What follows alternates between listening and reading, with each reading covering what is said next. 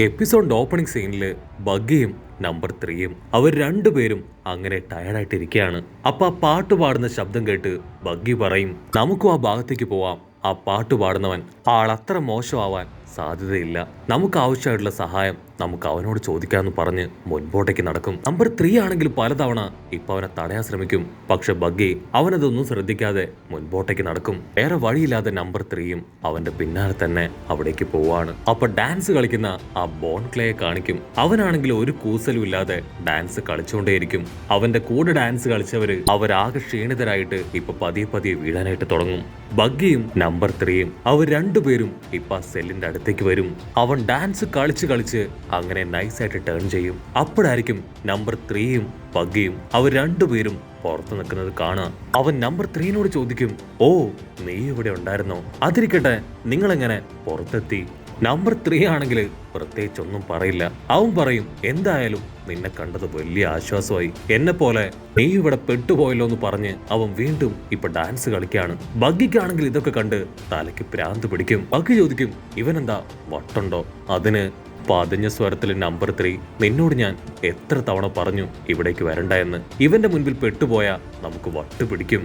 Mister 3 ആണെങ്കിൽ മറ്റൊന്നും ആലോചിക്കില്ല, അവനെ തുറന്നു വിടും. അവനിപ്പോ മിസ്റ്റർ 3യോട് താങ്ക്സ് ഒക്കെ പറഞ്ഞ് പാട്ടും ഡാൻസ് ഒക്കെ ആയി അവിടുന്ന് ഓടാൻ തുടങ്ങും. ബഗ്ഗിക്കാണെങ്കിൽ ഒന്നും പിടികിട്ടില്ല. അതിന് മിസ്റ്റർ 3 പറയും, ടെൻഷൻ ആവേണ്ട ആവശ്യമില്ല. ഇവന്റെ പാട്ടും ഡാൻസ് ഒക്കെ കേട്ട് ആ മിലിറ്ററി സോൾജിയേഴ്സ് അവര് ഇവന്റെ പുറകെ പോയിക്കോളും. സോ ആ ഗ്യാപ്പില് നമുക്ക് രക്ഷപ്പെടാം. ബഗ്ഗിക്കും ആ ഒരു ഐഡിയ അത് ഭയങ്കരമായിട്ട് ഇഷ്ടപ്പെടും. കട്ട് ചെയ്താ ഇവിടെ ലൂഫി. അവനാണെങ്കിൽ സ്റ്റെപ്പൊക്കെ കയറി ഇറങ്ങി ഇപ്പൊ ഒരുപാട് ടയേർഡായി. അപ്പൊ അവിടുന്ന് അങ്ങനെ സൂം ഔട്ട് ചെയ്ത് ആ ഇൻബിൾ ടൗണിന്റെ ഓരോ ഭാഗം കാണിക്കും. അവിടെ എല്ലായിടത്തും ഇപ്പൊ അലാം അടിക്കാൻ തുടങ്ങും. സോൾജിയേഴ്സ് ഗണ്ണും കത്തിയൊക്കെ ആയിട്ട് ഓരോ ലെവലിലൂടെ ഓടുകയാണ്. കാരണം എന്തെങ്കിലും സംഭവിച്ച് ആരെങ്കിലും പുറത്തു പോയാ അത് നേവിക്കും ഇംബിൾ ടൗണിനും ഒരു തീർത്താൽ തീരാത്ത നാണക്കേടാണ്. അവരുടെ കമാൻഡർ ആണെങ്കിൽ വമ്പം കലുപ്പിൽ മുൻപിൽ നടക്കുകയാണ്. അപ്പോഴായിരിക്കും മുടിയൊക്കെ പറപ്പിച്ച് മറ്റൊരു ചുന്ദരി അവരുടെ മുൻപിലേക്ക് വരിക. ഇവളുടെ പേര് സാഡി. ആക്ച്വലി അവിടെയുള്ള പ്രിസണേഴ്സിനെ എല്ലാവരെയും വളരെ ബ്രൂട്ടലായിട്ട് പണിഷ് ചെയ്യുന്നതാണ് അവൾക്ക് ഏറ്റവും ഇഷ്ടം. അവളാണെങ്കിൽ ഇപ്പൊ എന്തൊക്കെയോ അവരോട് പറയാൻ തുടങ്ങും. അവള് പറയുന്നൊന്നും ആ സോൾജേഴ്സിന് ഇഷ്ടാവില്ല. അവര് ഗണ്ണൊക്കെ എടുത്ത് ഇപ്പൊ അവളെ പോയിന്റ് ചെയ്ത് അവളോട് ദേഷ്യപ്പെടാൻ തുടങ്ങും. പക്ഷെ അവളാണെങ്കിൽ ക്യാഷ്വലായിട്ട് പറയും, ഇതൊരു അണ്ടർ വാട്ടർ പ്രിസണാണ്. സോ നിങ്ങളുടെ സഹായം ഇപ്പൊ ആവശ്യം. ഇതിന്റെ പുറത്താണ്, ഇതിന്റെ മെയിൻ ഗേറ്റ് അത് ക്ലോസ് ചെയ്ത് നിങ്ങൾ അവിടെ നിൽക്കണം. അത് കേട്ട് വേറെ വഴിയില്ലാതെ ഇപ്പൊ ആ ക്യാപ്റ്റൻ ആളാണെങ്കിൽ ആളുടെ അസിസ്റ്റൻസുമായിട്ട് അവിടേക്ക് പോകും. അവർ ആ മെയിൻ ഗേറ്റ് ക്ലോസ് ചെയ്ത് സീൽ ചെയ്യും. അതേസമയം നമ്മുടെ പ്രിൻസസ് അവളാണെങ്കിൽ ഇത്രയും ദിവസത്തിന് ശേഷം ഇപ്പോഴായിരിക്കും ആ 5th ലെവലിലേക്ക് വരിക.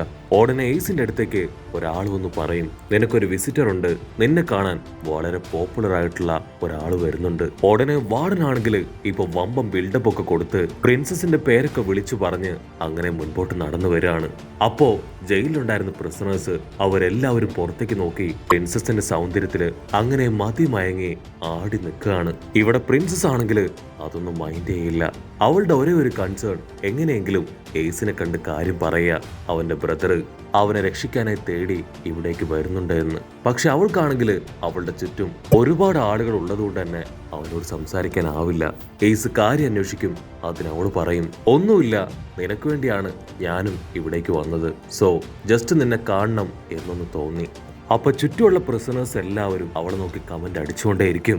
ഇതാണ് പറ്റിയ ഗ്യാപ്പ് എന്ന് മനസ്സിലാക്കി അവളാണെങ്കിൽ അവരെ നോക്കി ക്യൂട്ടായിട്ട് അങ്ങനെ കൊഞ്ചി കുഴഞ്ഞു നിൽക്കും. ആ പ്രിസണേഴ്സ് ആണെങ്കിൽ അത് കണ്ട് വീണ്ടും ആവേശത്തിൽ വിളിച്ചു കാറും. അത് കേട്ട് വാർഡൻ ആള് ഫുൾ കലിപ്പില് ഇപ്പൊ പോയിസൺ അങ്ങനെ റിലീസ് ചെയ്യാണ്. അത്രയും നേരവും കമന്റ് അടിച്ചവരെല്ലാവരും പേടിച്ച് വിറച്ച് അവനെ നോക്കും. വാർഡൻ അങ്ങനെ അവരെ നോക്കി മുരച്ചു നിൽക്കും. നിങ്ങൾ എന്നെ വല്ലാതെ വെറുപ്പിച്ചു, ഞാൻ ആരാണെന്ന് നിങ്ങൾക്ക് കാണിച്ചു തരാന്ന് പറഞ്ഞ് ബോഡിയിട്ട് ഷെയ്ക്ക് ചെയ്യും. അപ്പൊ 3 ഡ്രാഗൺസ് അത് പുറത്തേക്ക് വരും. ഡ്രാഗൺസിനെ ഒക്കെ കണ്ട് അവിടെ ഉണ്ടായിരുന്ന എല്ലാവരും ഷോക്കായിട്ട് ഇപ്പൊ അതിനെ തന്നെ നോക്കി നിൽക്കുകയാണ്. ആ ഗ്യാപ്പില് നമ്മുടെ പ്രിൻസസ് അവളാണെങ്കിൽ ലൂഫി എന്തൊക്കെയാണ് ചെയ്യുന്നത്, അവൻ എന്തിനാണ് ഇവിടേക്ക് വന്നത്, അവന്റെ ലക്ഷ്യം അത് എയ്സിനെ രക്ഷിക്കലാണ് എന്നുള്ള എല്ലാ കാര്യങ്ങളും ഇപ്പൊ എയ്സിനോട് പറയാൻ തുടങ്ങും. അവള് പറയുന്ന ഓരോന്നും കേട്ട് എയ്സ് ആണെങ്കിൽ ഷോക്ക് ആയിക്കൊണ്ടേയിരിക്കും. അപ്പൊ അതേസമയം ഇവിടെ ആ പ്രിസണേഴ്സ് ആണെങ്കിൽ പേടിച്ചു വിറയ്ക്കും. അയ്യോ ഇല്ല, ഞങ്ങൾ വെറുതെ കളിയാക്കിയതാണ്, ഞങ്ങൾ ഇനി കൗണ്ടർ ഷെയറോ കമന്റോ ഒന്നും അടിക്കില്ല എന്ന് പറഞ്ഞ് അവരിപ്പോ അവനോട് റിക്വസ്റ്റ് ചെയ്യും. പക്ഷെ അവനാണെങ്കിൽ അതൊന്നും കേൾക്കാൻ തയ്യാറാവില്ല. ആ ഡ്രാഗൺസിനെ വെച്ച് അവനിപ്പോ അവരെ അറ്റാക്ക് ചെയ്യും. വാർഡൻ ആണെങ്കിൽ അവന്റെ പോയിസൺ അതുപയോഗിച്ച് ഓരോ സെല്ലിലെയും ഓരോ പ്രിസണറെ വീതം കൊന്നു കളയാണ്. വാർഡൻ ദേഷ്യപ്പെട്ട് പറയും, ഇത് നിങ്ങൾക്ക് എല്ലാവർക്കും ഒരു പാഠമായിരിക്കണം. എന്റെ കയ്യില് നിങ്ങളെ കൊല്ലാനും ശിക്ഷിക്കാനും അങ്ങനെ എല്ലാത്തിനുമുള്ള അതോറിറ്റി ഉണ്ട്. സോ ഒരു കാരണവശാലും എന്നോട് കളിക്കാൻ പാടില്ല. അത് കേട്ട് ഒരു സെക്കൻഡ് അവരെല്ലാവരും ഫ്രീസായി പോവാണ്. അവനിപ്പോ അങ്ങനെ ടേൺ ചെയ്ത് നമ്മുടെ പ്രിൻസസിന്റെ അടുത്തേക്ക് വരും. ഇനി നിനക്ക് യാതൊരു ഡിസ്കംഫോർട്ടും ഉണ്ടാവില്ല. നിനക്ക് ഇഷ്ടമുള്ളത് പറയാം, ഇഷ്ടമുള്ളതുപോലെ ഇവിടെ നടക്കാം. അവളാണെങ്കിൽ ഇപ്പൊ അവനെ നോക്കി സിമ്പിൾ ആയിട്ടൊന്ന് ചിരിക്കും. അവൻ അതിൽ മയങ്ങി അവളെ നോക്കി നിൽക്കും. ഇവിടെ എയ്സ് ആണെങ്കിൽ ഷോക്കായിട്ട് ചോദിക്കും, സത്യം പറയും, നീ പറഞ്ഞൊക്കെ സത്യമാണോ? അതിന് പ്രിൻസസ് പറയും, എനിക്ക് നിന്നോട് കള്ളം പറയേണ്ട ആവശ്യമില്ല, ഞാൻ പറഞ്ഞൊക്കെ സത്യം തന്നെയാണ്. എയ്സിന്റെ അടുത്തുള്ള ഒരാൾ പോലും അവൾ എന്താ പറഞ്ഞതെന്ന് കേൾക്കില്ല. ആ ജയന്റ് പോലും വണ്ടറടിച്ച് ഇപ്പൊ എയ്സിനോട് കാര്യം ചോദിക്കും. എയ്സ് ആണെങ്കിൽ പ്രത്യേകിച്ചൊന്നും പറയില്ല. വന്ന കാര്യം അത് കറക്റ്റായിട്ട് കംപ്ലീറ്റ് ചെയ്ത നമ്മുടെ പ്രിൻസസ് അവൾ വലിയ ചാരിതാർത്ഥ്യത്തോടു കൂടെ തിരികെ നടക്കുകയാണ്.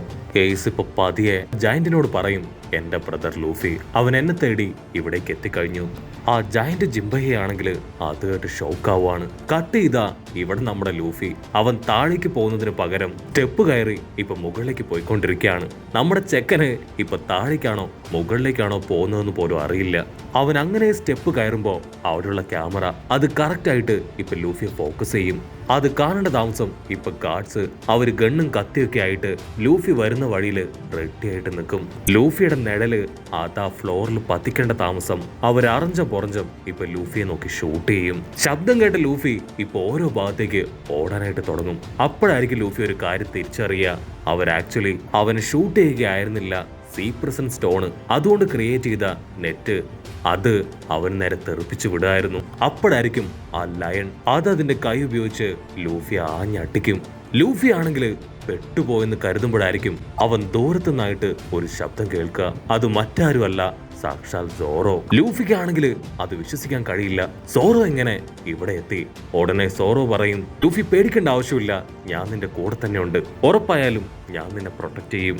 സോറോ അങ്ങനെ ചാടി വന്ന് ആ ലയന്റെ മുഖത്ത് ആഞ്ഞൊരു ചവിട്ട്. ആ ചവിട്ട് കിട്ടിയ താമസം ലയന്റെ പിരിയിളകി അത് താഴേക്ക് വീഴാണ്. അപ്പോഴായിരിക്കും ലൂഫി അവനെ ശ്രദ്ധിച്ചു നോക്കുക. അത് സോറോ അല്ല, നമ്മൾ നേരത്തെ കണ്ട ആ ഡാൻസും പാട്ടൊക്കെ പാടിയ ആ പ്രിസണറാണ്. ലൂഫി ഇപ്പോഴാണ് അവന്റെ ഫേസ് അത് ശരിക്കും കാണുക. മുൻപ് അവൻ ശത്രുവാണെന്ന് പോലും അറിയാതെ അവന്റെ കൂടെ ഹാപ്പി ആയിട്ട് ടൈം സ്പെൻഡ് ചെയ്തത് ഇപ്പൊ ലൂഫി ആലോചിച്ചെടുക്കും. അവസാനമായിട്ട് ലൂഫിയെ പ്രൊട്ടക്ട് ചെയ്തപ്പോഴാണ് അവൻ ആ നേവിയുടെ കയ്യിൽ പെട്ടുപോയത് പോലും. സോ അവനിപ്പോ ലൂഫിയെ തിരിച്ചു കിട്ടിയ സന്തോഷത്തില് തുള്ളിച്ചാടും. ലൂഫിക്കാണെങ്കിൽ അതിലും സന്തോഷം. അവരങ്ങനെ പരസ്പരം കണ്ണോട് കോർത്ത് അവരുടെ സ്നേഹം അതങ്ങനെ പങ്കുവെക്കാണ്. അപ്പോഴായിരിക്കും അതിനിടയിലേക്ക് ആ സോൾജിയേഴ്സ് അവര് ചാടി വീണ് വീണ്ടും അവരെ അറ്റാക്ക് ചെയ്യുക.